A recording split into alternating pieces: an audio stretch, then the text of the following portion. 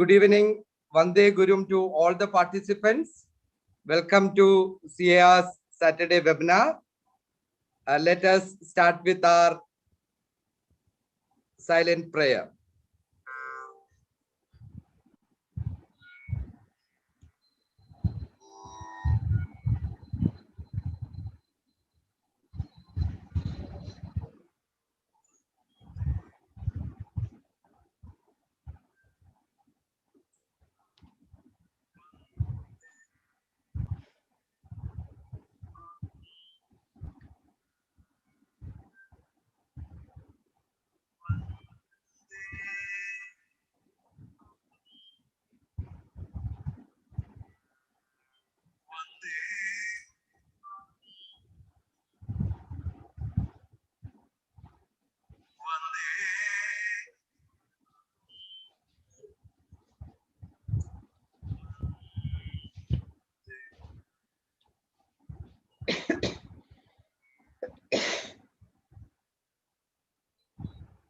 Thank you.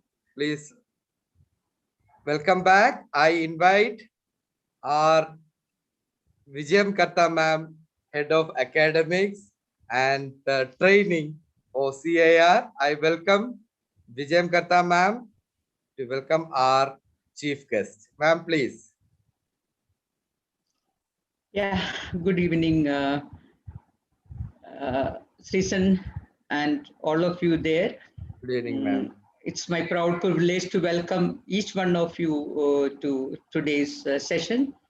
Welcome the board of members, the premium members, the zonal directors, and all participants who are there for this session, and especially our guest of the day, Dr. Jaya Parekh. For those who are new to this platform, CAR is a forum of versatile educators who have a dream of enhancing the standard of our schools to global standards. So with this dream, we have we are taking baby steps towards our vision. So recently we had conducted a national level quiz, and then we had a series of NEP masterclass webinar series. And the month of April saw CAR launching the NEP pedagogy series.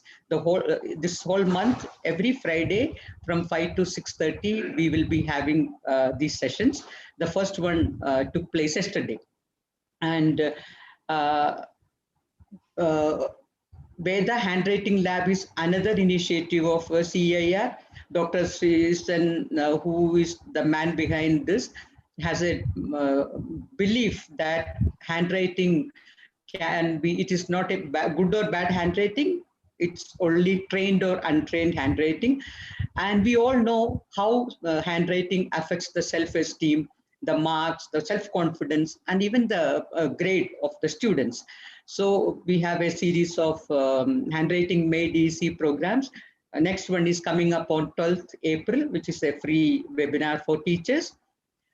Along with this, we keep coming up with new projects. Maybe in the coming months, we'll see more such initiatives. We have our Saturday webinars. I think this is the 53rd or one. 56th, ma'am, 56th. 56th webinar, which is a free webinar. And I am so proud and happy to welcome our guest of the day, Dr. Jaya Parekh, whom I consider a friend, whom I admire so much for her passion, her enthusiasm, and her eagerness to learn. She's a quick learner and she waits for opportunities to learn. So let me introduce Jaya formally. Jaya has a PhD in chemistry and an MBA in education management and 19 years of experience in the field of education. She's the principal of Ratna International School, Mumbai. She believes that a school should be a happy place for students and all the stakeholders for effective learning to take place. A school is deeply involved in community services, and it's acknowledged at various prestigious platforms for its innovative happy practices. She has won innumerable number of awards. I just counted, there are 14. So I won't be reading it out, otherwise I'll be stealing her time. So a few to be mentioned. She has won the Rex Karambir Global Foundation Change Championship Fellowship and Award in 2019, Torchbearer School Award supported by United Nations for Social Work Initiatives. Another one, Inspiring Educator Award by Rock Sport. Third, Excellence in Innovative Learning Programs by LDROP India, K-12 Awards in 2018. The Innovative Principal of the Year 2018 Award from International School Awards, Dubai. School Spirit Award 2018. Breaking the Glass Barrier by Spreading the Happiness Quotient Award by Shaping India. I can go on and on. There are so many awards. She has one which she deserves very well.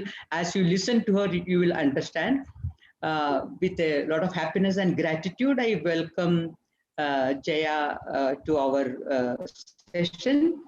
Over to you, Jaya. We are all eagerly waiting to hear. Hearty welcome. My Hearty humble welcome. pranams to ma'am for her kind words. I wish that I come up to her expectations. Thank you. Should I begin? Yeah, please, Yes. ma'am. Okay. So first of all, I'm grateful to see IR, Dr. Shahjahan, Dr. Shrisan, and Vijay ma'am and the entire team of board members and the regional zonal managers, and most of all, the participants, my fellow teachers, my fellow travelers in this journey of education. I am with you and you are with me when it comes to learning.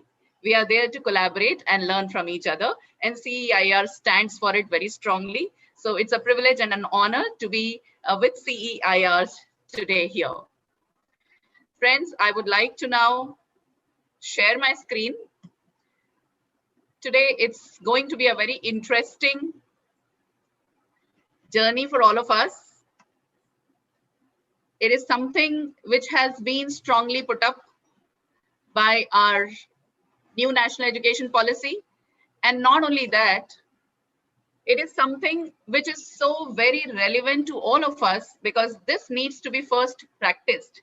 We have to walk the talk before we try to bring it in our classrooms. So as the title for today's webinar says, Creating Self-Learners, the NEP Way.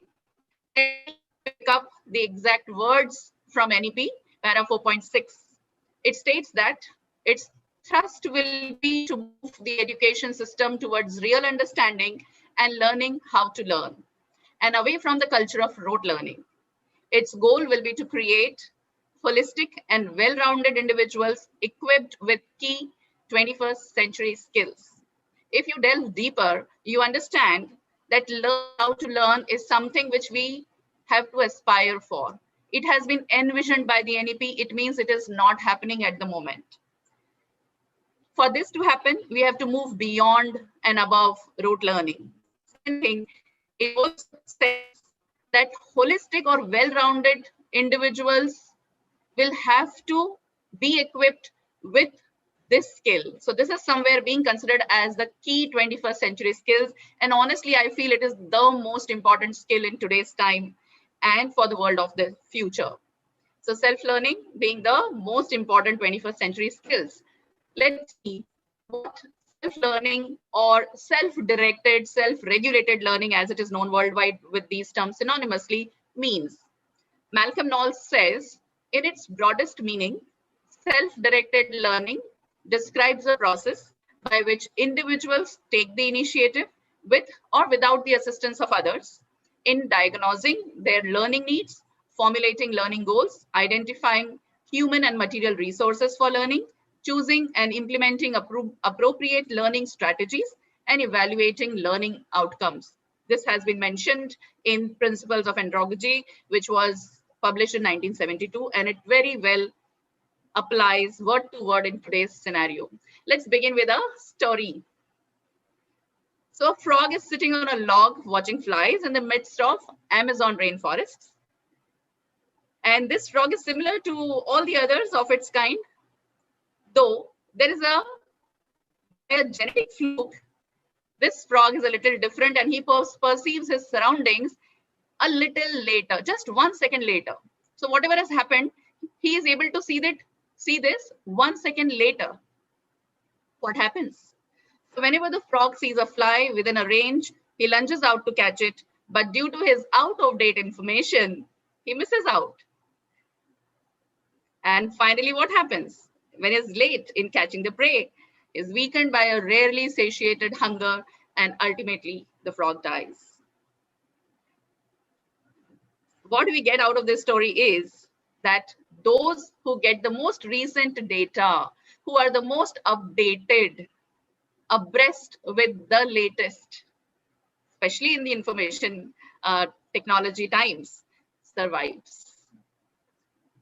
It all comes down to acquiring the skill of self-learning, because in a classroom throughout the year, you are not going to learn the latest. Unfortunately, the syllabus is planned for the entire year in advance.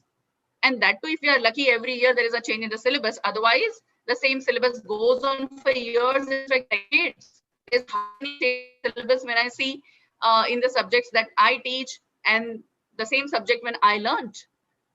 So if you want to remain abreast with the latest, which is so important, then self-learning is the only way out. Let us see what actually it means. We have seen it through the definition. Let's see through this bubble chart what aspects are covered in it. So one has to establish learning goals. Who is interested in self-directed learning or self-learning? The person must locate and access resources, should adopt and execute different activities which would help in achieving the goal, should monitor the progress, because in self-directed learning, one has to monitor the progress by oneself, and should also evaluate, find loopholes, gaps, and then reassess learning strategies. Depending on your evaluation, you have to see where you need to make changes. Then if there are any new goals to be created with the new learning, new feedback that you have given. So this is kind of a cycle, but this is more of a process for any particular concept, skill that you want to learn through self-directed learning. Let's see what drives self-learning. You know, there are some people who are constantly learning something or the other. And there are some who wait for someone to tell them that this is what you need to do. And they would ask for the bare minimum that they should know to pass. So, you know, in case you've forgotten, we are all born learners. We all have heard of the story of Abhimanyu, that Chakravyuh thing that he heard in the womb. And it has now been endorsed by science with the evidence of prenatal learning. So we have always been learners. Let's see what John say about it. The human animal is a learning animal. We like to learn. We are good at it. We don't need to be shown how or made to do it.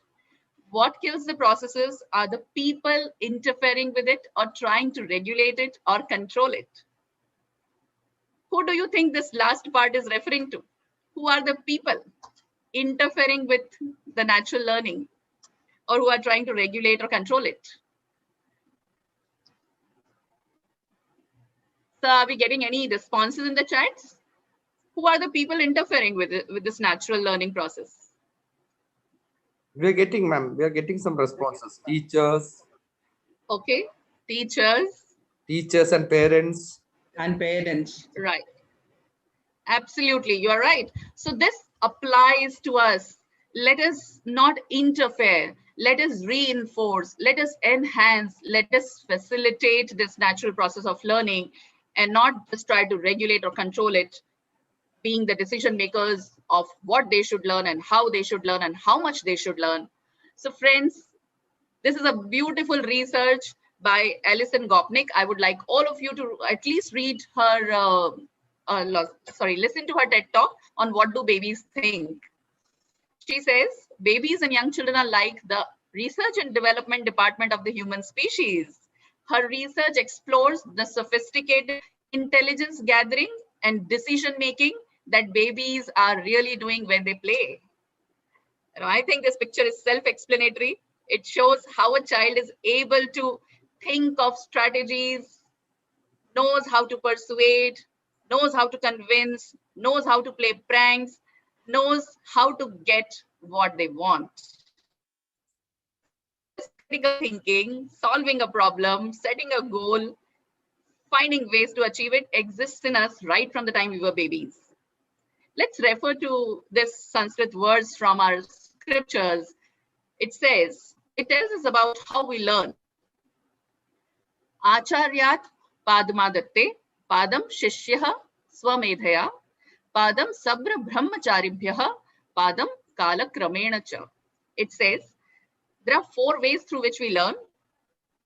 Roughly 1/4 from each of these ways, 1/4 from our teacher, 1/4 from our fellow students, that is peers. You can also consider the society in this. 1/4 from our intelligence, that is your self-learning. You use your own intelligence, your understanding, and you apply to further learn. And 1/4 only with time. No one can help here, because the experiences, the real life experiences, will only come with time.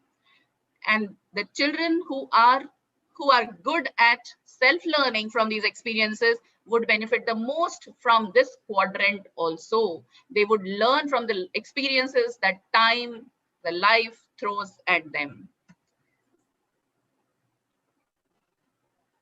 Okay, there are some people, like we said in the beginning, who are constantly learning one thing or the other, and they find so much of joy. So what drives self-learning? For example, children, we spoke about them. They are so driven. So we all know, we have seen this in the classrooms also, when children are actively engaged, all their senses are into it. This is something which is of their choice. They find interesting, connected to real life. They feel important. That is when they are actively engaged, and that is what drives self-learning. Reflection is another important drive. When you give them enough of time to think about what they have done, ask them to think on the experience, what they learn from it, then going deeper. For example, a few questions here have been put up on the right of the slide. What should I do next? How well did I do it? Do I see any patterns? Where could I use this? What was important about it, and what did I do? Actually, I said in a reverse order. I moved from the higher order to lower order thinking skills on Bloom's taxonomy. I hope you have made a note of it. So we have to start making our children reflect also on the 6 levels of Bloom's taxonomy, and not just simply ask them the last 3 questions. What did you do? What was important about it, and what did you see? But let them evaluate, let them analyze, let them create. Life is building upon prior knowledge. The teachers who are able to connect children to what they already know, that is when it becomes interesting for them, because they start getting confidence as they could see there is some foundation which is already existing in them. So we have to be careful about it, that we build upon prior knowledge. We keep motivating. A self-learner also has to be self-motivated. And I'm talking from the point of view of teachers as well as students. Like I said in the beginning, it's not possible for me to talk about self-learning in isolation only for students, because you won't be able to bring in these skills in them until you get it in yourself. We have to walk the talk. We have to model this skill of self-learning. So one has to be self-motivated. As a teacher, should also start motivating children and find ways how each child gets self-motivated and use those methods and strategies. Setting goals. When there is clarity on what you want to achieve, there is a drive. Your mind starts thinking about the steps that are to be taken. So SMART goals. Everybody is aware, specific, measurable, achievable, realistic, and timely goals have to be set by a self-learner. There should be timely feedback that a self-learner must seek. As a teacher, we must give feedback, but as a self-learner, one must seek feedback from experts, from colleagues, from peers, from mentors. Let's talk about some self-learners that we all have heard of. Eklavya, a very, very inspiring character from our mythology, from Mahabharata. For me, it's history. It's not mythology, by the way. in my opinion. So from history, we see a figure like Ekalavya, who was not a real student of Dronacharya, but who believed that simply by meditating on Dronacharya, by trusting the instincts, and by perseverance, he would become the best archer, and he did become. This is the best example I can say that is of a self-learner, even without getting a feedback from a teacher, without clearing an examination, without knowing what is the syllabus. Such a highly motivated self-learner. Now talk of current times. Bill Gates, the founder of Microsoft. He is one of the autodidacts. Autodidact is a self-taught person, a person who teaches himself any skill, any knowledge. So we'll be talking about autodidacts because self-learners are those who are autodidacts. He reads hundreds of books on various subjects of his choice. Elon Musk, he's the latest sensation, if I may say, the CEO of Tesla and SpaceX and so many other companies. Somebody for whom the box does not exist. We talk of thinking out of the box, for him the box does not exist. He says, I was raised by books first, then my parents. Something really to say. When I was, writing this, my daughter said that this is very rude of him and very ungrateful of him. But then, we had some interesting discussion. So I'm saying this is something really huge for somebody to say. But somebody like him, I have seen that he is fearless and he speaks his mind. So yes, reading has given him what he could reach today. Let's talk of this Nobel Prize winner, John Gurdon, who has won the prize in 2012 for discovering that mature cells can be reprogrammed to become pluripotent. Pluripotent, that is, it can give rise to or produce different kinds of cells. Usually, it is the immature cells, stem cells, which can do it, but he discovered that mature cells can also do it. Now, why I'm giving his example? This is to show that this all has been possible because of his self-learning and drive to pursue his passion. I would like to present to you his science report from his school times. It's the middle of the year report. I would like to read this out to you. It's his report for the subject of biology. And the teacher, trainer writes, it has been a disastrous half. His work has been far from satisfactory. His prepared stuff has been badly learnt, and several of his test pieces have been torn over. One of such pieces of prepared work scored 2 marks out of a possible 50. His other work has been equally bad, and several times he has been in trouble. He will listen, will insist on doing his work in his own way. I believe he has ideas about becoming a scientist. On his present showing, this is quite ridiculous. If he cannot learn simple biological facts, he would have no chance of doing the work of a specialist, and it would be sheer waste of time, both on his part and of those who have to teach him. First of all, I am shocked to see that an educator writes this kind of a report. Thank God the times have changed. You can see here very well the signs of him being a self-learner, because it says very clearly he likes to do things his own way. And how wrong we can be as educators in our observations and predictions. He did not just become a scientist, he made history. So it's by itself says a lot. I would not go on.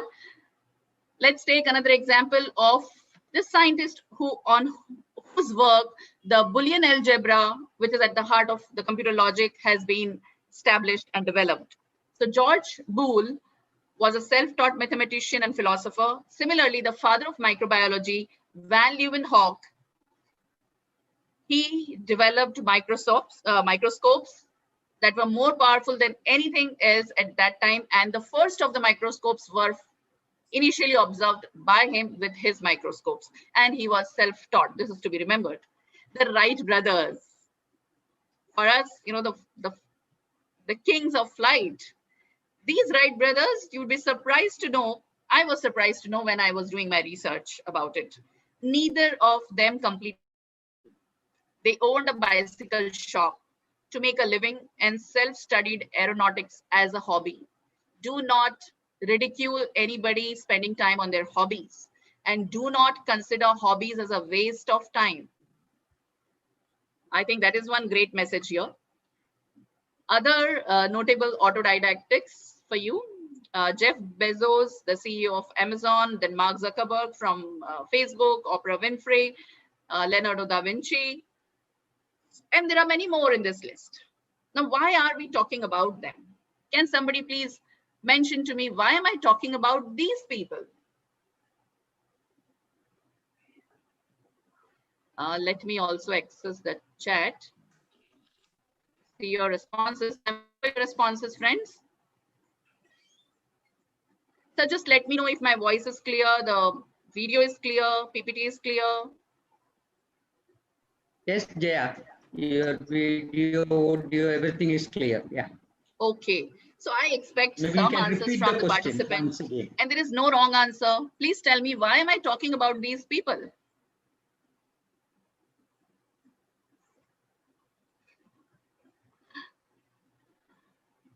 There is no response, right, ma'am? They are self-learners. We're talking about these self-learners. What do we see in their stories? They're highly successful people and they're self-made. Thank you, Ms. Deepa, Ms. Kusum, Ms. Toshan. They're not completed studies. They've done a great job in society. They are more common, inspiring. They're self-motivated. They are not restricted to one branch. Strong determination. Self-motivated, self-learners, pursued their dreams with grit. Right, they are self-learners. But what do we see special in their story? They are successful self-learners, can be powerful, they inspire us, their achievements. Without teachers also, they were not great people. Yeah, initially. Then they are famous and successful. Yes, right? Okay, so we have to go a little beyond it. Thank you. These are all wonderful answers. We learn from experiences, no matter their marks. Beautiful. So, you know, why we are talking about it? Because they have not credited their learning to the schools they come from. We are representing schools.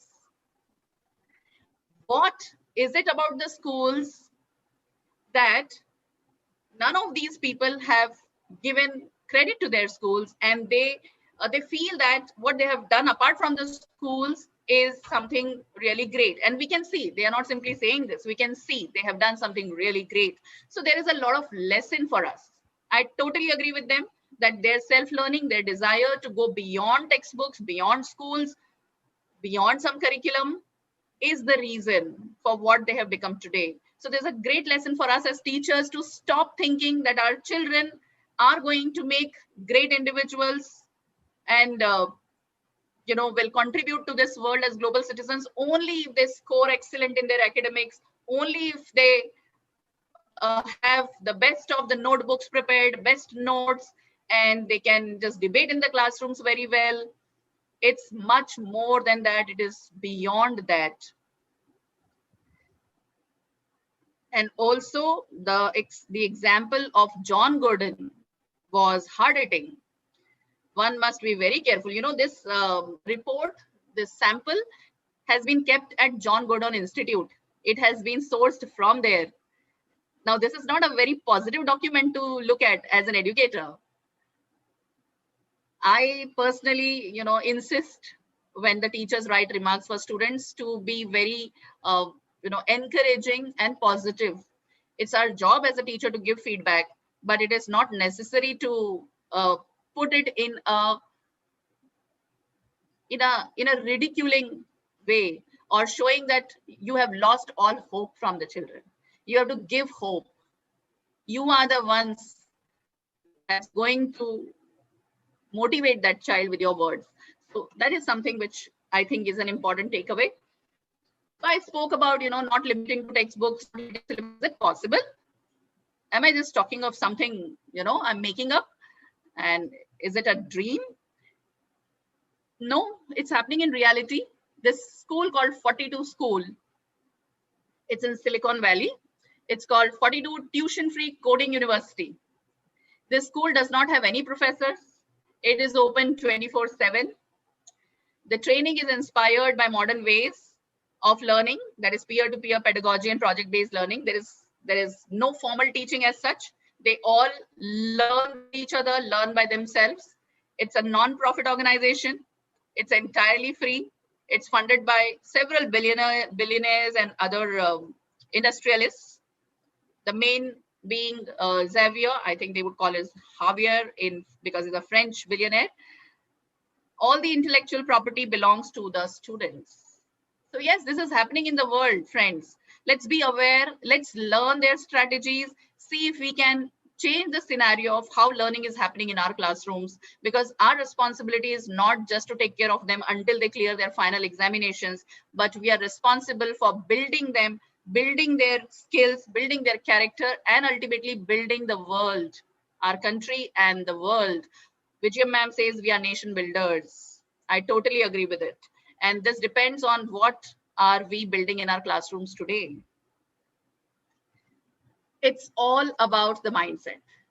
So after all these people, when I said, why am I talking about them? It's because I wanted to bring to your attention their mindset. Not that they have not faced failures. In fact, the failures of people like Elon Musk are iconic. There is a long list of failures, but look at the grit, perseverance, and the confidence. It's just because of the right mindset, that is the growth mindset. I would like all of you to read the works of Dr. Carol Dweck, C-A-R-L-D-W-E-C-K, Dr. Carol Dweck. Listen to her talks. She has given the concept of growth mindset and fixed mindset. These people whom we have seen today, and those who want to become good learners, self-learners, must have a growth mindset. And some of its characteristics are believing that failure is an opportunity to grow, believing that I can learn to do anything I want, accepting challenges as opportunities to growth, accepting that my efforts and attitudes determine my abilities. My talents are not fixed. My intelligence is not fixed. My brain is a muscle. The more I'll use it, it will grow. It will become stronger. Feedback is appreciated and welcome by the people with growth mindset. And they are inspired by the success of others. They do not feel jealous.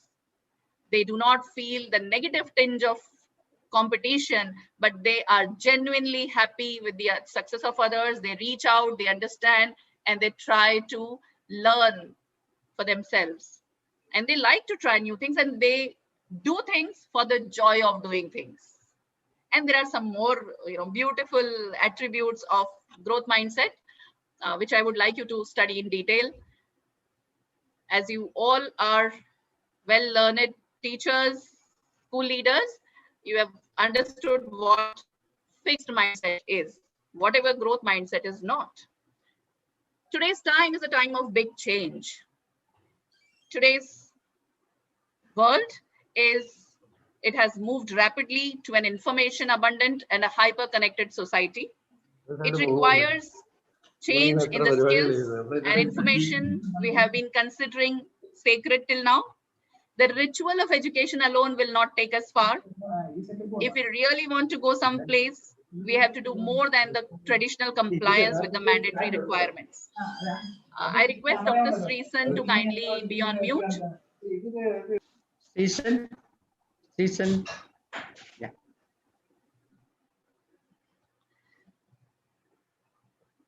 So let me give you an example, friends. There was a time when we were hunters. Homo sapiens were hunters. Over centuries, the changes, development, and progress, civilization happened.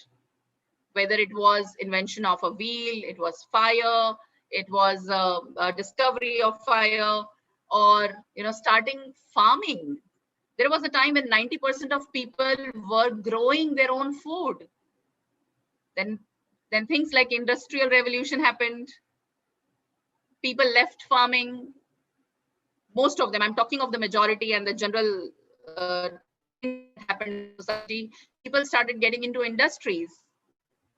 There was a movement from low skill jobs, like from a farming thing to a low skill job of a factory worker. It didn't require too much of specific specialization or degrees of education. In today's time, when we talk of today's time and when we compare with the prehistoric times, it's imperative to take a look at how the top skills have changed over the years. Let's see this comparison of top 10 skills given by the World Economic Forum in the Future of Jobs report, 2015 and 2020. I would like you to see this and analyze. There's no wrong answer. After comparing, put your thoughts in the chat box. Yeah, Dipali ji, thank you for talking about Sujata Mitra's hole in the wall. The concept is called soul. I was going to take his example, but then decided against it at the last time. Thank you for sharing it. He proves the concept of self-learning. All the learning is happening on the cloud. That is the computers. Yeah, thank you.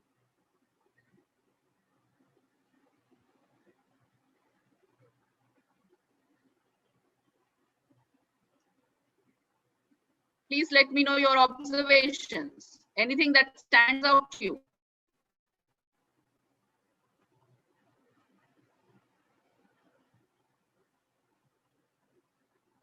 I haven't got any responses. Any drastic changes you see? Emotional intelligence. What emotional intelligence? What do you want to say about it? Okay, emotional intelligence makes an appearance in 2020. Right. True, Smita Gandhi ma'am. Sri Vidya ma'am says, Namaste ma'am, happy to see you here. The major shift is from managing people to doing what you think differently. Problem solving, critical thinking, creativity, problem solving, cognitive flexibility, so important. And that's where self-learning is all about. You're flexible with your thought process and you can think of doing new things and learning things. Creativity, cognitive flexibility. Yes. And that's what growth mindset is also about.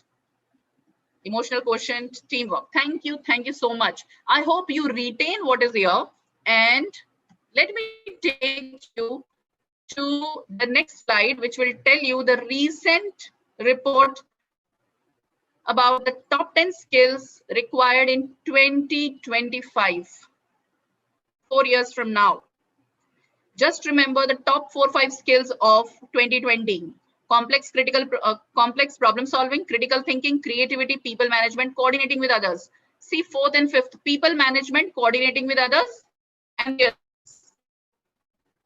let's see the next slide.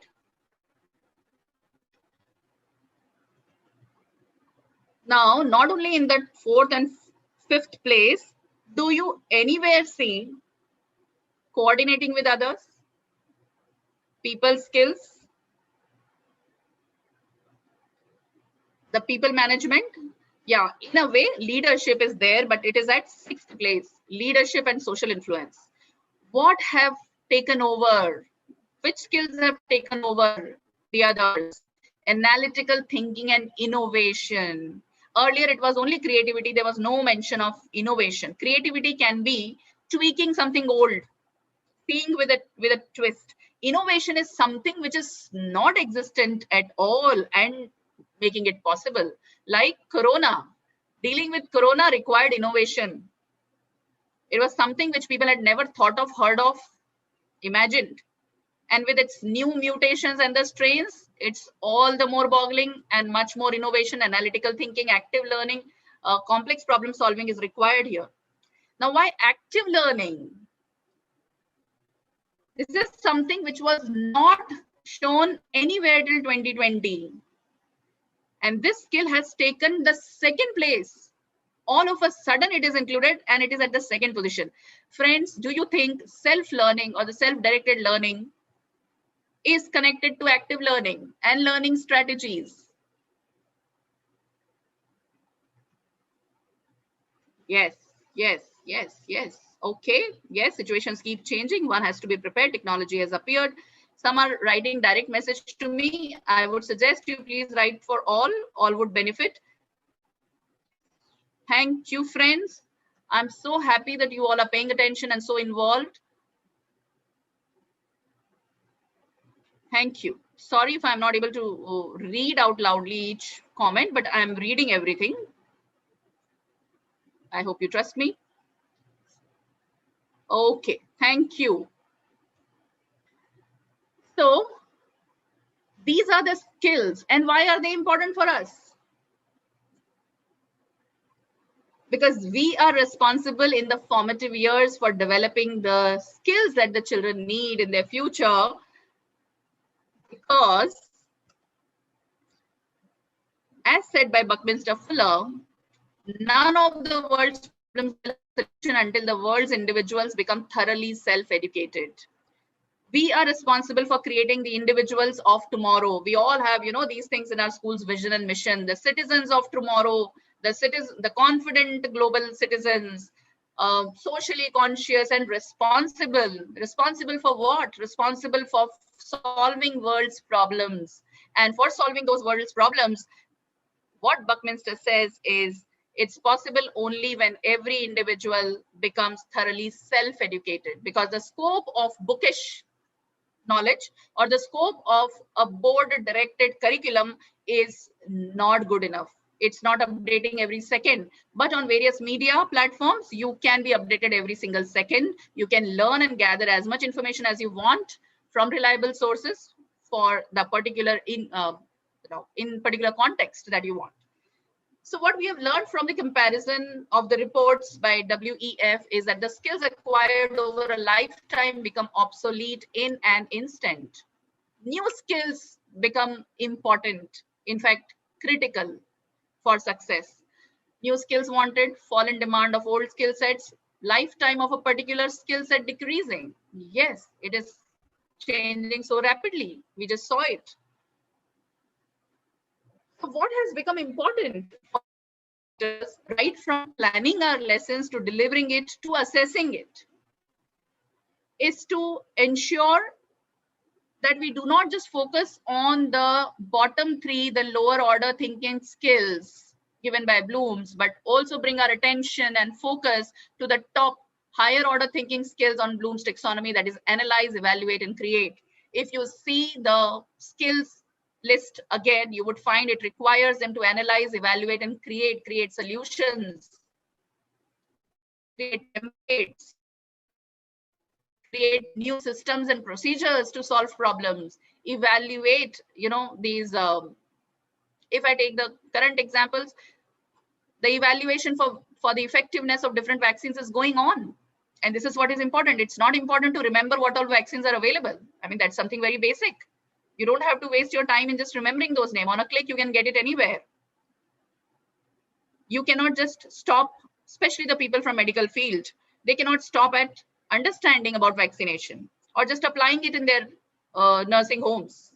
They need to also understand how they are being analyzed, how these things are being evaluated, and who is creating, can they create this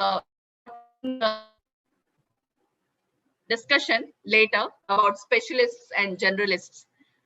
The worthless class, yes, worthless and useless class, a term given by Dr. Yuval Noah Harari, a professor of current times who has become an icon for many for his radical thoughts. Some really appear to be unbelievable, but personally, I like the way he researches. He connects it to all that we have seen in the history and to the current trends. On that basis, what he predicts for the future. So anyway, to each his own, I would suggest you read his works. So what he says about it. What is this worthless class that we're talking about?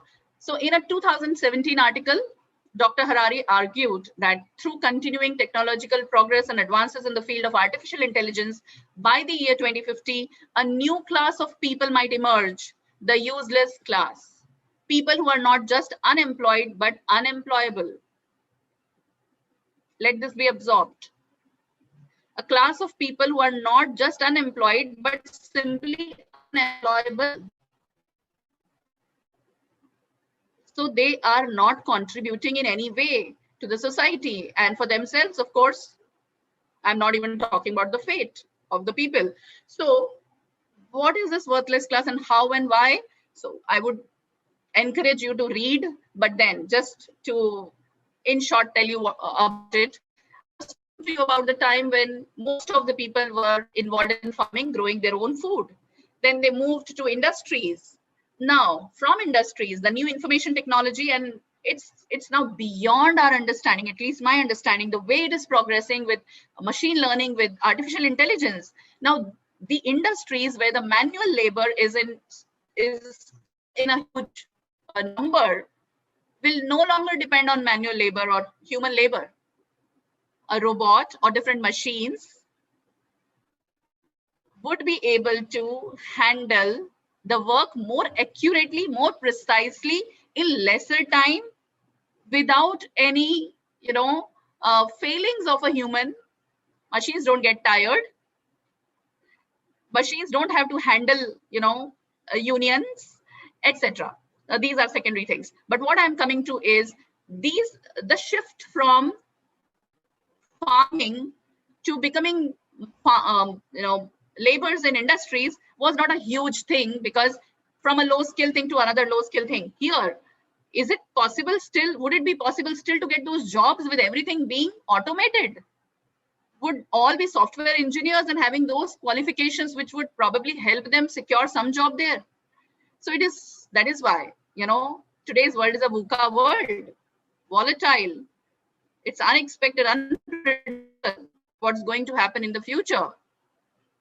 So this class, which he says is going to come up, somehow I feel the people who are aware of it today and can start learning these new skills which are needed for tomorrow, and at least remain updated with what is current and try to learn how the world is moving, staying in touch with the times, not just in terms of knowing or having information, but getting skilled, learning as much as we can.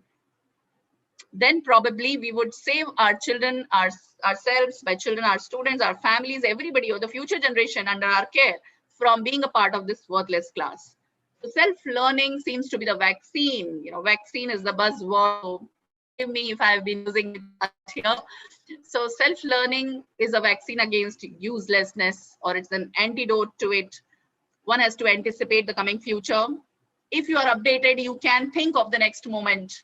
But if there's a huge gap in your connection, things are much more unpredictable.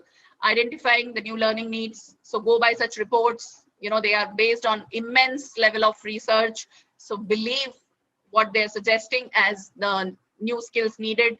Let us start building up those skills.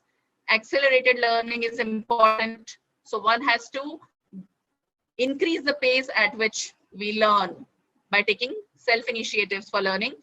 Learning well is critical. You must learn for yourself to know about it. You don't have to learn to just write it on a paper in an examination and then forget about it. So it should not be shallow or superficial. Somebody has raised hand. So maybe we will take question answers towards the end. We still have a lot of time, if that's okay. Or you can write your question in the chat box. That's fine, Jaya. That's fine. Right. Yeah. Now, antidotes to becoming the useless class. It's kind of a repetition, but sometimes the repetition of certain important things is crucial. So acquire new skills, change the mindsets, work on yourself, and become not only useful but invaluable. This is for us. This is for our students, and this is for us to ensure that our children know about it.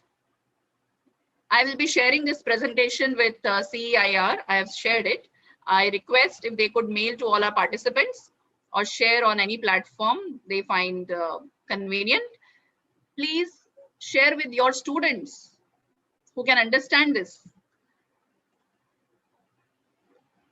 Self-learning is the key to success. And here, what we are trying to say, also based on various researchers and scientists, philosophers, researchers talking about these things, what we are trying to put here is Getting ready for the gig economy requires acquiring a unique repertoire of skills quickly. It's not just one or two, it's a repertoire of skills, and it's a unique repertoire of skills. It is a whole set of those skills, and they have not been practiced and known till now, so they're all unique. Now, first, let me break this down to each important thing here. Gig economy. Anyone who would just like to propose, a meaning, or who knows what is gig economy? Ms. Sunita, no mention of empathy or humanitarian values. Absolutely, I agree with you. And I would mention about it when we come to another research and a book which talks about impact of machine learning and artificial intelligence, etc., on the world, on humans. I think the values, morals, they are not to be taught as separate courses and skill them in it. It has to become a part of life from the culture that is followed at home and in the school. So, of course, there are skills given by WHO, the top 10 skills, which include empathy that you have mentioned here, compassion, empathy, self-awareness. So that is important. But to some extent, personally, I feel they also have to become a part of life by following it.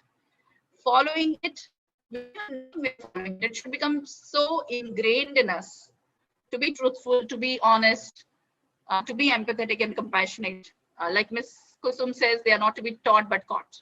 Yeah, to a great extent, I agree with you. So I didn't get the answer for gig economy. Let me tell you. So, the word gig, okay, Mr. Suryavanshi seems to have found some information. He knows some information. He has written these people are called gig workers. Yes, right. So, usually the term gig is used for performances like, I have a musical gig today in this cafe this afternoon. So it's like an independent, individual sort of work as a freelancer, as an artist. It's not a full-time job. It's not the traditional way of working at some place for so many hours, etc. So this kind of economy is going to come up. We have seen already, there are jobs now for online teaching, online doing so many things where people don't have to physically go. So it's becoming a gig, like, deliver something somewhere, earn for it. That's one gig. It's not a full-time permanent kind of a position. So we have to get ready for this kind of a gig economy. People would be working on contract basis, maybe hourly basis, or the delivery basis, how much you're delivering, what you're delivering. It requires a lot of skills to do that. Now, an interesting book I would suggest all of you to read called Range by David Epstein. And he says, generalists triumph over the specialists. It is one of the key ideas in this book that says that early specialization and lots of deliberate practice does work in certain kind environments, but it is not useful for succeeding in wicked environments where it might be better to be a generalist. Now, if I talk of wicked, let's take this pandemic. It's a wicked situation. People did not know about it. So there is no prior information. There is no SOP, a systematic procedure that people can simply follow and understand and, win over the problem. There is no feedback immediately of what you do because nobody knows about it. This is a wicked environment. Similarly, there could be organizations, there could be kinds of jobs you do which are in a wicked environment. Kind environments, I would first take you to this. Kind environment is a work environment where the challenges are known, the processes are known, the things are more or less same, routine. There are people who know about it. There are people who can give you right feedback and accurate feedback. The pattern is kind of repeating, every day, like a teacher's job. I'm sorry to say, but more or less we know, okay, if I'm teaching the same subject, same class, same curriculum, then more or less I'm clear, okay, that's all I have to do. I may make some changes in the activities I do, some pedagogy, etc. But that's a kind environment. There are people also who might give you feedback, right, from the children themselves. So you have peers, you can you can look up to for inspiration, for suggestions, etc. So kind environment, I have made it clear what it is. Wicked environment also, here the problems or situations are dynamic, they keep changing with time. It involves other people and judgments. People won't give you, compassionately any feedback. Feedback is not happening by itself. So when people work in wicked environments, then according to this book, the specialists, as I've shown here, specialists are too deep in their knowledge in a particular special field of specialization, one or two. Whereas generalists are those who know about a lot of things. They may not know that great in depth for each of those areas of information, but they know about a lot of things. So because they know about a lot of things, something about a lot of things, they are able to make connections. When they face some problem which is not of their field, they can at least make connections like who can help, which field can we approach, how can this be managed using various other skills. So if okay, I would like you to tell me the second picture here on the slide. First one is showing Swiss knife. A Swiss knife has so many different tools for different purposes, whereas a drill machine, at a time, it provides just one kind of a service. So which one is like a generalist? Which is synonymous to or analogous to, sorry, which of the two is analogous to generalists? The Swiss knife or a drill machine? I said generalist. Swiss knife, yeah, right. I'm getting this answer. Drill machine does only one work at a time. It means it is specialized for only that task. Whereas Swiss knife can do a lot of general other things and is like a generalist. Thank you so much. Let's see.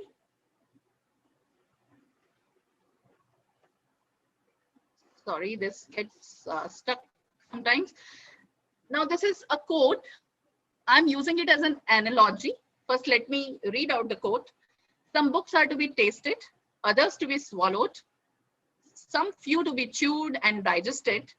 That is, some books are to be read only in parts, others to be read but not curiously, and some few are to be read wholly and with diligence and attention. So true. He has said this, Francis Bacon has said this for books. To a great extent, it seems analogous to me, analogous to several skills that we are talking about. We must know a lot of skills. At least we should be exposed. We should be aware of what all skills. A few we must try out just for the joy of trying, knowing what the hype is all about. Few we must try to learn, which we feel can help us in the future. Few we must specialize in. So this is how I take this analogy. And let's see how the world is going to change. There was a time when a phrase which was used always in a derisive way, jack of all trades and master of none. The tables are going to turn, it seems, and the jack of all trades are going to win over the master of one or two. So there are various kinds of individuals or employees to say, depending on their understanding and expertise of different skills. These types of employees are like I's, T's, X's. The most desirable type in today's industry is T type. T means the top flat part shows a broad understanding, means a broad range of skills, concepts, understanding that they have about various core areas. So apart from their core area, they can work with or think of so many other things. Their depth is for a few of those. That is their main core area, their functional area. their discipline of expertise, their speciality is in a few, but it doesn't mean that they are like just I. They also know a little about so many other things. Let's think about it, because we have to also work on developing the T in ourselves as well as in our students. Now, this book by Anthony Seldon, The Fourth Education Revolution. Will artificial intelligence liberate or infantilize humanity? To a great extent, this is very much in connection with the question one of the participants asked. And how would this impact learning and education? How is artificial intelligence, machine learning going to impact learning and education? And I have highlighted a few of the important points I felt that need to be put before you. This book explains how AI is fundamentally transforming education. This is a recent book, like about 2 years old. You know, the kind of future that is being imagined is like the one where preparation of material means the learning material, instructional material, knowledge material will be created, will be done by curation specialists whose job is to work with AI machines to identify and to author the most appropriate material for particular student profiles. So it's not all the teachers making their own teaching plans and other materials, but a few of them, curation specialists, simply going to work with those programmed machines who will be able to identify what is the right material as per the need of the topic, also as per the need for individual student. Such a differentiated level of preparation.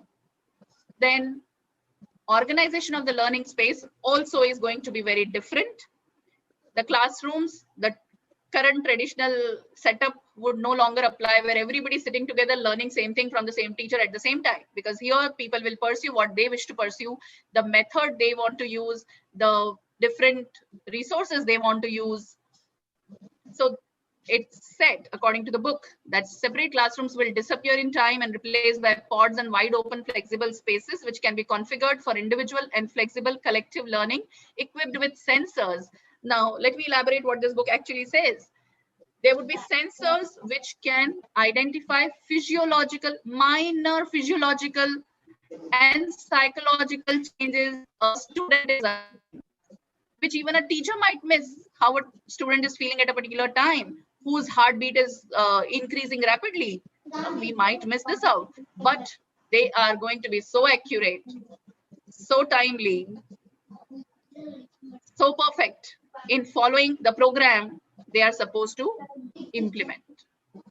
We might not do it. We learn a lot, but we may not to the word deliver what we are expected. Then third is presentation of material to optimize learning and for deeper understanding. The kind of materials that technology and these technologies can provide is simply outstanding. And we all have come to realize its importance, its impact during this pandemic, during the time of flipped learning and blended learning, online learning, virtual learning. So all the visual representation and the games and whatnot being used with the use of AI, the teacher in some way is going to become redundant. I'm simply telling you what the book says. It's as hard hitting for me as it is for you. I don't want to just create or paint a very grim picture, but turning a blind eye is not going to solve anything. Because once we know the situation, we would know what is needed to be done. Fourth, setting assignments and assessing progress. So right from monitoring to evaluating. Advances in real-time assessment,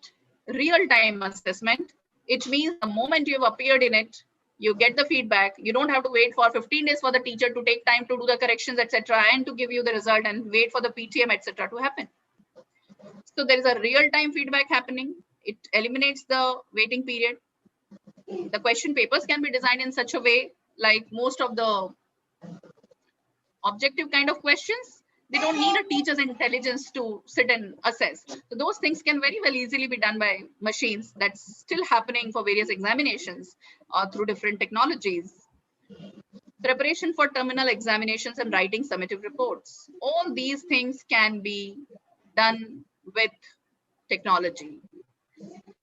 Will we need in the future? And this book addresses that as well. So, the teacher's job definitely is going to change. We can't work with a traditional approach because it would not apply to anybody. People would lose interest in learning in that way. It would have no application, probably. And we'll see the emergence of the AI fluent smart educator. Now, it's not a matter to worry too much, because when the technologies like MRI, CT scan, etc. came into picture, these technologies did not replace doctors. In fact, the doctors were supported. Their work became more effective and efficient with the use of the technology. So this fourth industrial age, this revolution, technological information revolution that our era is seeing at the moment, it's called the fourth industrial age. It will help educators to become important element of the success of our country and the global world and the economy. It's up to us to be skilled enough to use technology, to master it. So we have to keep upgrading ourselves. I am again saying we are talking of creating self-learners, but that's only possible when we understand how self-learning happens and when we start implementing in our lives and we start modeling it. Now, unlearning what you learned in school. Mark Twain has said, I have never let my schooling interfere with my education. Why schooling is taken, as something very negative? Where are we going wrong? What do we have to unlearn? Where are we going wrong? Before I talk about it, I would like you to tell me, in short, simple sentences, what do you think we are going wrong? Where we are going wrong? All of us as educators. You might not be doing it personally, just think in general as educators.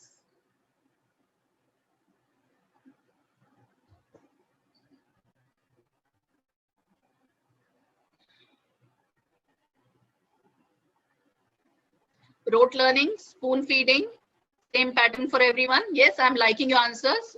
Not focusing on individual difference, judging on marks, forcing to learn, following set syllabus, daily connectivity missing, standardizing exams, focusing on marks, old-fashioned subjects, depriving from creativity, judging, expectation that all children learn the same way. Schools are stuck. Traditional teaching, restricting everyone in one box, focusing on marks, compelling to learn, following set syllabus, rote learning, fixed curriculum, student time is less, teacher time is more for speaking, stereotypical process, we are not tech savvy, we fail in encouraging empathy, less importance to skills development, creative learning. I mean, you mean to say lack of creative learning. Real life situations are not connecting with academics, judging, education lacking orthodox mindset, feeding, stress to particular textbooks, mugging up skills, assessment style, not thinking beyond bookworm, repetitive, unit tests is not accepted, lack of attention to children, lack of application, right? Herd mentality, lack of being teachable from teachers' end. That's beautiful. This is for you. But I've also seen, teachers have become more pliant and are more flexible these days when realize that, there's no out other than learning new things and new methods. And I'm so proud. This goes out, the salute goes out to each one of you there, my dear friends. All have shown that we can learn and we can do whatever is needed. Okay, beautiful, amazing examples. All life we keep telling children, draw within this box, make your plan within this, color within these lines, and then we say, go out of the box, think out of the box, think of new things, be creative. And creativity at school level is totally shunned at every possible opportunity. So a few areas which you all have pointed out. Compliance to set rules is what we expect. Total obedience. They cannot question us. Now, not questioning is not going to help at all in the future. They will question everything around them. Unless you question, you can't find solutions.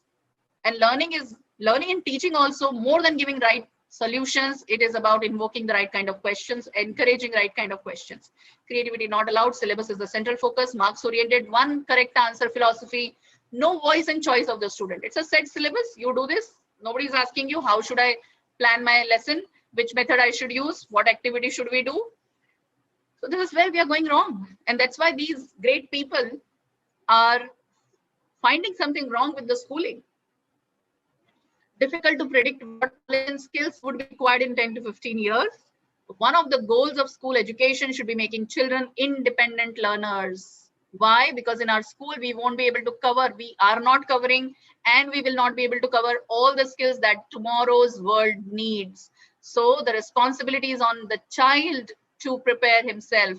Now, those skills should be taught by which a child can adjust. And the most important skill is self-learning.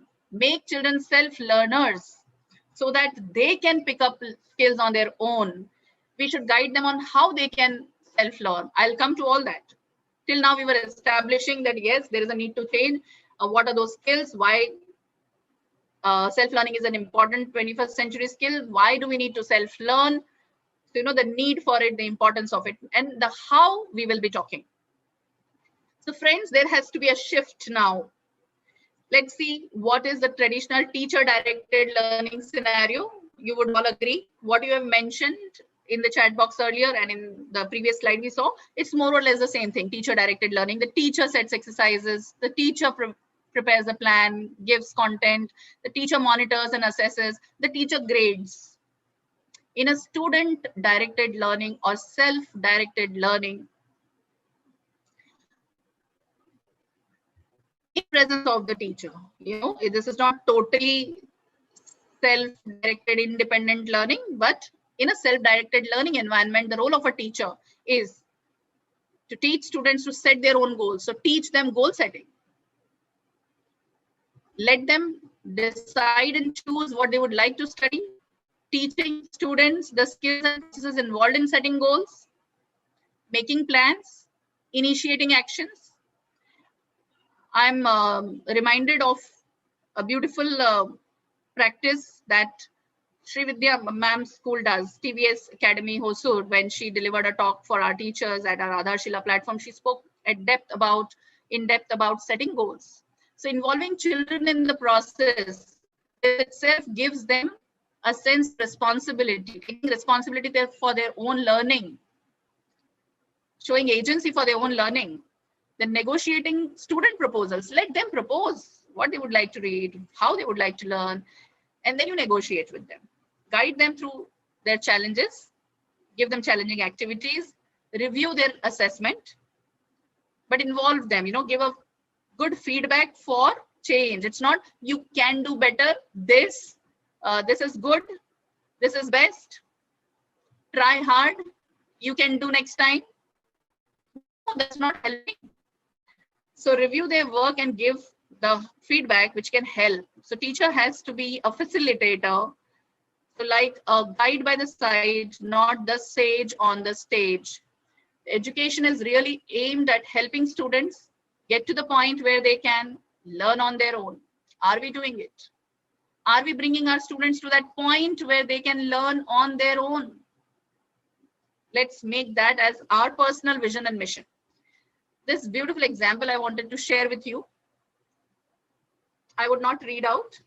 Let's take a quiet time and all of you read this, share your thoughts after reading this.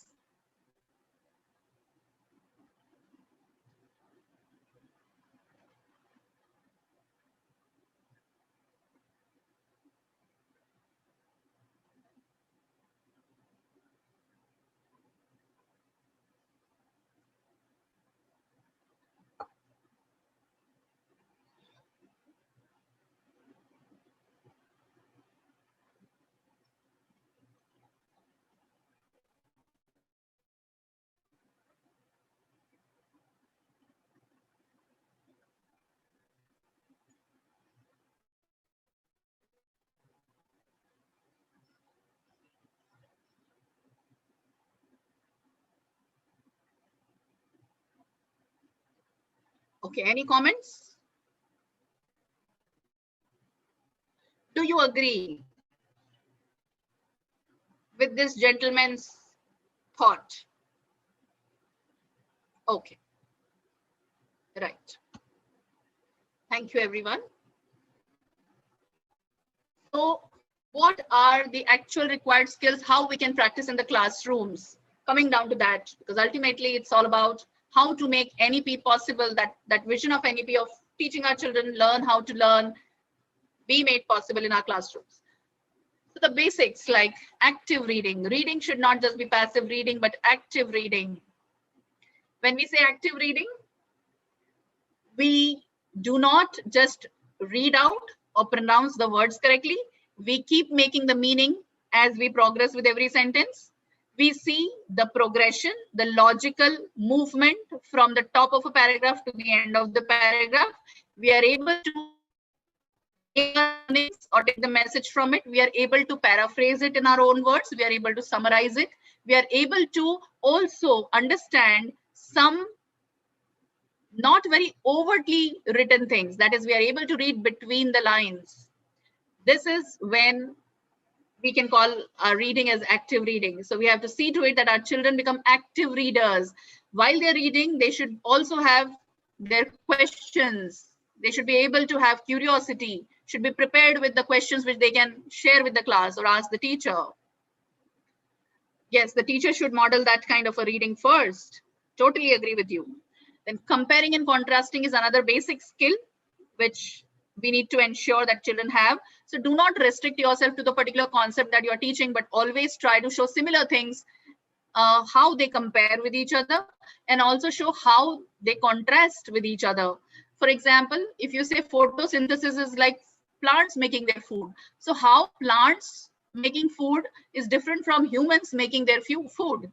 Let them compare and contrast. Let them not just learn the definition, the process of making food by green plants, etc., in presence of so and so is called this. Let them compare and contrast with what they know. Then taking notes using relevant graphic organizers. In the further slides, I'm going to show some graphic organizers. Then differentiating between concept and skill. We have to understand a lot of our teaching is concept heavy. We want them to just know how it is defined, what the concept is all about theoretically. Skill is something which is practiced. That is the difference. Skill is not just simply learned. A concept can be learned and understood, but skill has to be practiced to become an expert in the skill. So let's say even if you're talking about self-learning skill, it has to be practiced. They cannot just know the theory. Okay, a self-learner's attributes are so and so. These are the resources for self-learners. I know the theory of self-learning. It's not going to help. Are you practicing self-learning? That's when you will develop your skill of self-learning. Then regular, timely, correct reflections, reviewing and self-monitoring from time to time. I'll also be giving some strategy for it later. Seeking help, being open to seeking help. This is what growth mindset is all about. Look for help, look for people who know about things and who can guide you. Then chunking and celebrating. You must know that your goals have to be achieved in smaller chunks, and appreciate yourself, feel happy about it once you achieve it. Another skill is fact check. Somehow this picture is not visible to me, but I know what I've put here is fact check. That's another skill. Children should be able to identify fake information, because self-learning relies heavily on information technology, and there's a lot of material on the internet. So children also need to be given the skill of identifying fake information, fake news, etc. There are websites for it, there are tools for it, and we should train our children for the same. So active reading, we spoke about how it is to be done by engaging with the text, comparing by seeing how two things are similar and they are not similar. Graphic organizers like Venn diagram, it can compare two things which have some very stark differences and some common features. This helps them understand the two things very beautifully.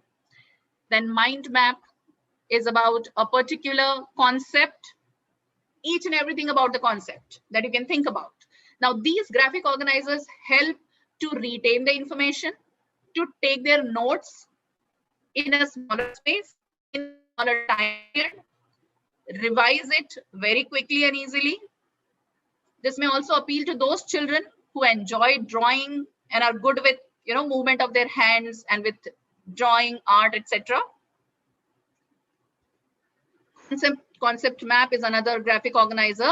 Concept map and mind map, I would suggest do a Venn diagram on them. So they seem to be similar, but the concept map helps children understand beyond the concept by connecting it to other relatable concepts. So it is interconnectedness of different concepts. Like you can see, there is a network being made. So that is interconnection of different concepts in a concept map. It's not just one concept. A flow chart. Here I have shown the flow chart of how the air, what path the air takes in our human respiratory system. So such things become easy, joyful, more retainable, easy to revise. Tree diagrams. Then timeline. I've put here our pandemic year COVID-19 timeline. It's an interesting graphic organizer. While teaching history of anything, you can talk about it, whether it is about world wars, a particular world war, what were different events which led to what. Then let's say you want to show the timeline of the modern periodic table. So how initially there were only elements grouped together in sets of 3, then it went on 7, then 8, and how, on what basis, who gave what classification. So it's up to you how you want to take it, but it shows a chronological movement, a progression, time-wise. Fishbone diagram or Ishikawa diagram, also known as cause and effect diagram.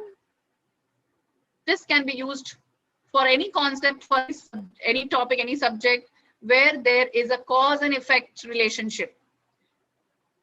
It can go beyond our academic subjects also. Like as a principal, if I have to think of the air quality getting degraded in the school, then what are those categories which could be responsible, right from equipment to procedures to ventilation to people? And then under each category, what could be those different causes? Lack of maintenance, inadequate circulation, incorrect procedure, etc. Here I've taken an example of something in general. So a fishbone diagram shows the mouth of the fish as the effect and the scales of the fish as the various causes. There can be further branching under each category of cause. So like late for work, if I just take one category of, let's say, environment. So under the environment category, the possible causes are traffic jam, then fog, rain, holiday, etc. The materials, measurement, method, people, machine, there are several categories. Now reflecting and reviewing. It's very important during the process. What we usually do at the end of a unit, at the end of some portion, we have an examination. It doesn't help. The reviewing, reflecting has to be continuous. Children have to constantly be made to think on questions like, is this making sense, whatever I'm learning or whatever I'm doing? Do I need to try some other strategy? Do I need help here? How is my pace? Am I on target? It helps us to move, to raise our game and to move on to a virtuous cycle of continuous improvement. I'm sharing a few strategies for reflection. These are amazing strategies. Some involve technology, some involve pen and paper, some involve just sharing with each other. I'm sure you might be using them. Please use them more often. Some of them are taken from visible thinking routines given by Project Zero of Harvard School of Education. I would be giving you a little idea about it. Please research on Project Zero. It's a project of Harvard Graduate School of Education. It has a complete thinking routine toolbox which has a collection of different routines, including cultures of thinking, visible thinking, artful thinking, agency by design, and use these thinking routines in your class. It will make your students better thinkers and hence better learners. Teach them also what are these routines so that they can also follow it. Sorry. Self-directed learning, what we have seen, what it encompasses is being aware of one's own learning. So self-awareness, teach them the skills of self-awareness like Johari's window. You can take help of your psychological counselor. Then you learn about it. You all can manage doing it with your students. The children should know metacognition. They should know about metacognition, and that is metacognition is learning about learning, how we learn. So every child should be able to, know his own style of learning. Again, you can do a style analysis. You can learn and perform it in your class. Do it for yourself. Children should know which multiple intelligences they possess. There are tests available. The professionals can do it. The self-directed learner needs to know how to learn in different environments, what to do for learning for different purposes. Like for what purpose one has to interview people, one has to meet people, for what one has to visit a place. So different purposes would require different steps. Then SDL or self-directed learning is about creating lifelong learners. We have to help them see the gaps and learn for life. A few strategies for doing this in our classes. So first of all, planning. If we want SDL culture in our school, right from planning stage, include SDL outcomes, self-learning outcomes in syllabus. There should be certain things which you are not teaching your particular, but you are giving freedom to children learn their way, and it should be assessed. Reflective assignments. During the planning stage itself, you plan for what am I going to ask as reflection during and at the end of my teaching. There are some examples below. I've already spoken about making them learn about metacognition, their learning styles, their multiple intelligences, visible thinking routines, use knowledge surveys. It's not about actual answers, but ask them to judge themselves on their ability to answer. You give them some questions or some concepts and ask them in the beginning, how able are you? How confident do you think in answering, confident do you think yourself to be in answering these? So you get an idea if the child is progressing in confidence, in ability. Then use pedagogies that encourage these skills, like critical thinking, problem solving, inquiry, the pedagogies where children get voice and choice, like learning. The children's voice and choice takes the center stage. They should be able to propose what problem they want to solve, which methods they would like to use to solve, etc. Now, monitoring learning, you need frequent feedback for yourself also, and you want children to reflect on what they're learning. So these are things called wrappers. Wrappers are handouts or surveys that they complete along with an assessment, and the wrappers could be like reflect writing assessment where they will have to write these kind of things, what resonated with you. And when you are giving it with exam, you can ask, how did you find the paper? Why you could do certain things well, why you could not do certain things well. Is there any suggestion for making this paper better, etc. So you can see how reflecting questions can be given with writing assessments also. Then you can always adopt this simple 1-minute classroom assessment, like what was the most important thing you learned today? What questions remain unanswered? What is the muddiest point? So these things can be asked to children to write on stick note, put it on the class board. You can go through it later, or you carry with you to understand where more you have to work on, what you have to tell children for their self-study based on what answers they have given. Use mind maps, test autopsies, very important. Look for patterns, look for common misconceptions, make them see their problems, make them understand what can they do to be successful in their examinations. Then while doing evaluation, I like this A point. When you give feedback, ask the child to paraphrase it in their words back to you. This would show that child has not only listened to you, but has understood exactly what you wanted. And if there is a gap in the understanding, you have another chance to explain. Please do this. What we do is, it's one way. We tell them this is, and then we say, okay, you understood. Now you will follow it. So don't do that. Ask for this to be paraphrased back to you.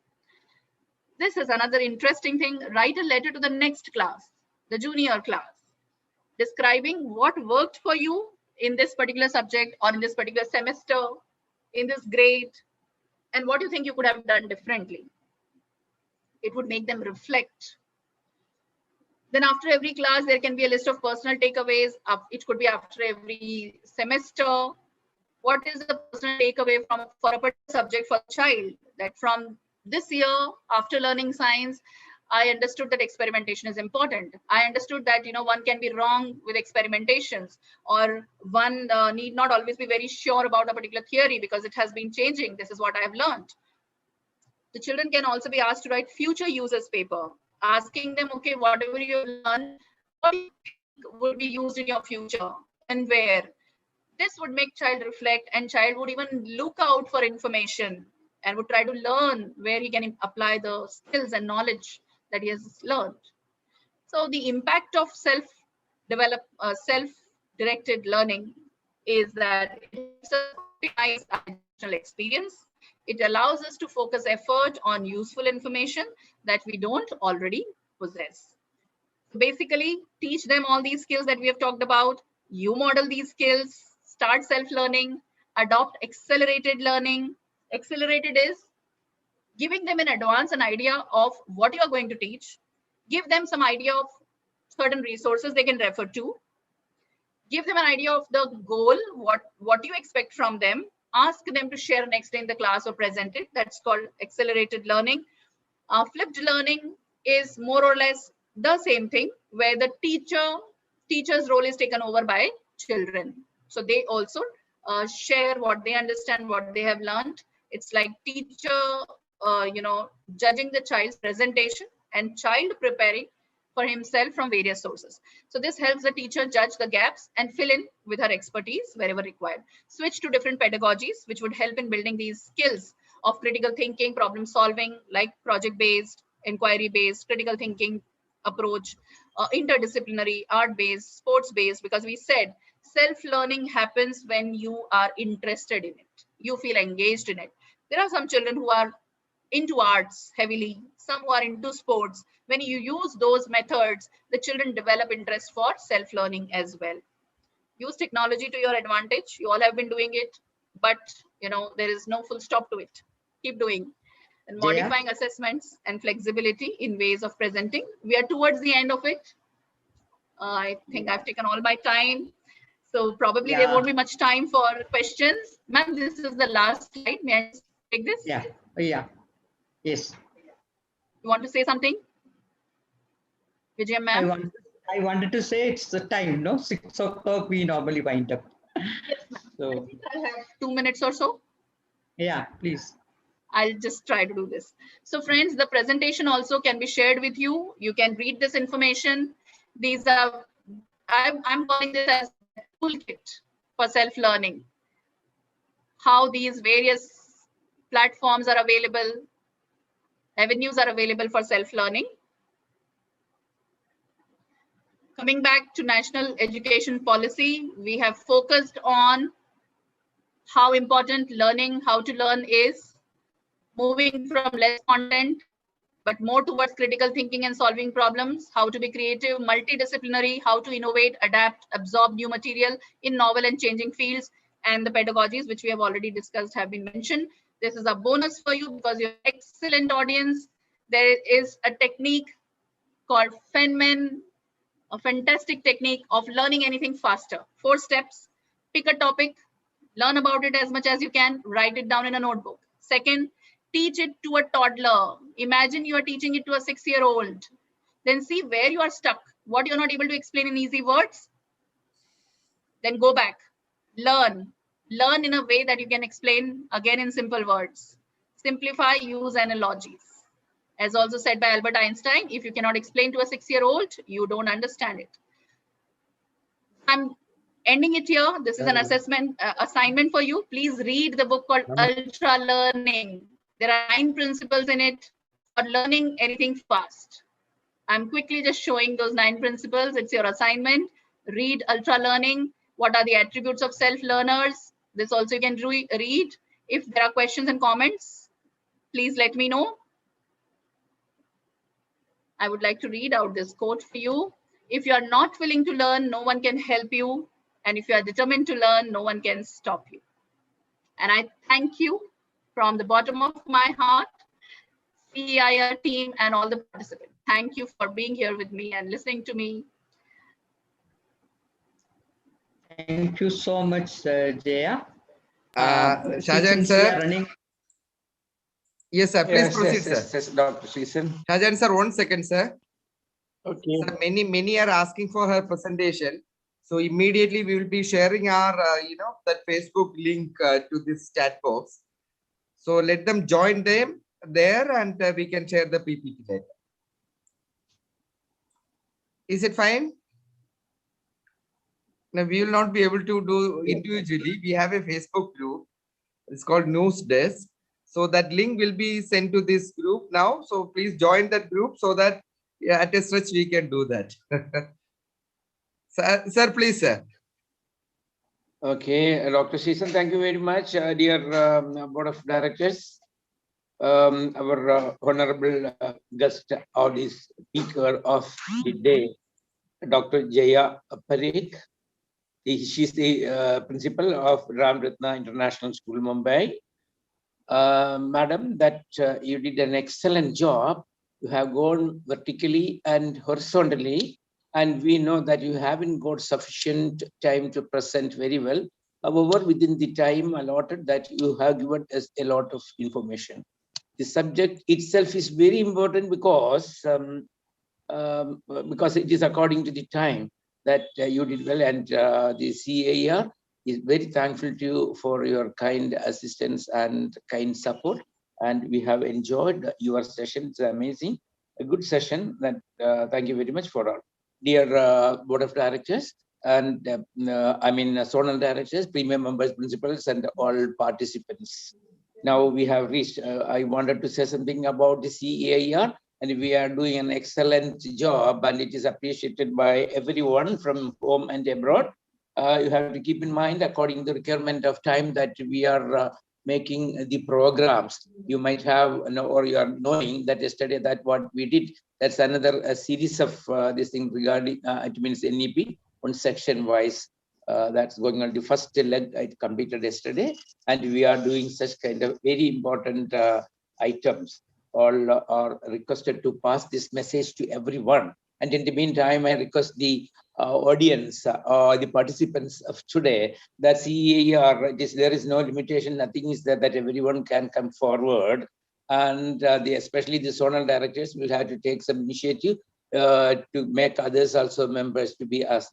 However, that we can, we made a lot, it means a reputation and everything, a lot of people joining us continuously, and they are requesting for zonal director positions and this thing, that thing, have no problem according to qualification. And those who are working with us by monitoring their efficiency, and we will give them proper chances, and everybody will be benefited from this one. Keep this thing in mind.